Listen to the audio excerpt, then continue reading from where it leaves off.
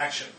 Today I'll be reviewing a little-known work from Mark Twain entitled Letters from the Earth. The story of the publication of Letters from the Earth needs to be told. It was put together as a book by the late Bernard DeVoto, then editor of Mark Twain's papers, as long ago as 1939. Parts of it were even published in the magazines, but the book has been delayed for almost a quarter of a century by the objection of Clara Clements that the paper presented a distorted view of her father's ideas. In this interval, Bernard DeVoto had died, but Clara Clements' scruples have been overcome, and Henry Nash Smith, who is the present editor of Mark Twain's papers, has gotten the book out.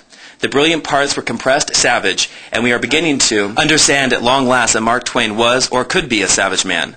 The brilliance rises from the fact that they were written when he had become master of clear, flexible prose and was no longer the journalist or the platform lecturer. The bitterness is a function of his indignation against man and God for the cruelties and injustices they practice. The attitude is that of Swift.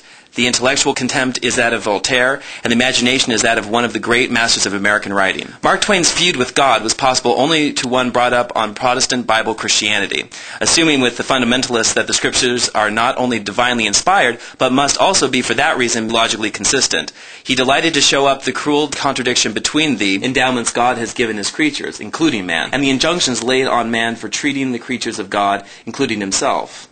The great blunder, Twain thinks, here as in other books, was the invention of the moral sense. His logic becomes that of the skeptical materialists of the 17th and 18th centuries. But his language is contemporary, American English, and his allusions are, so to speak, drawn from Hannibal, Missouri and Hartford, Connecticut, where he carried out the biblical injunctions laid upon him. Man would act contrary to his own nature, which he really cannot do, hence the hypocrisy of moral judgment. Why blame the tiger for killing? God planned the tiger that way. In this collection, as in earlier writings, Twain is fascinated by cosmic grandeur, the long lapse of time, and the littleness of the human race. He reveals in gigantic concepts. Letters from the Earth are from Satan to two archangelic correspondents, and Satan's cosmic observations emphasize the pettiness of man and the inconsistencies of God.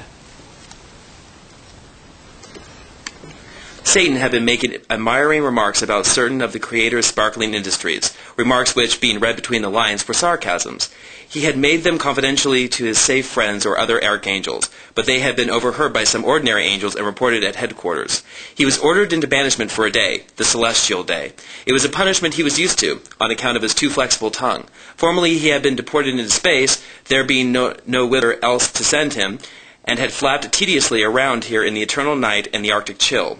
But now it occurred to him to push on and hunt up the earth and see how the human race experiment was coming along. By and by he wrote home, very privately, to St. Michael and St. Gabriel about it. This is a strange place, an extraordinary place, and interesting. There is nothing resembling it at home. The people are all insane. The other animals are all insane. The earth is insane.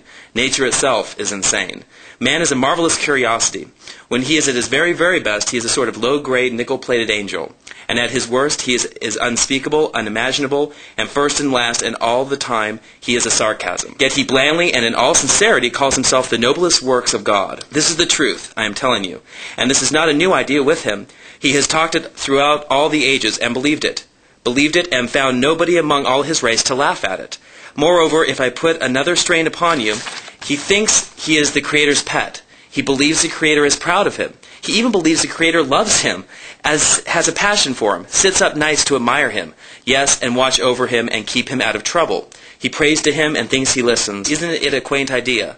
Fills his prayers with crude and bald and florid flatteries to him, and thinks he sits and purrs over these extravagancies and enjoys them. He prays for help and favor and protection every day, and does it with hopefulness and confidence too, although no prayer of his has ever been answered. The daily affront, the daily defeat, do not discourage him. He goes on praying just the same. There is nothing almost fine about his perseverance. I must put one more strain upon you. He thinks he is going to heaven.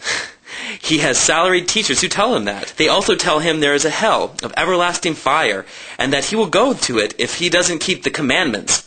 What are the commandments? They are a curiosity. I will tell you about them by and by.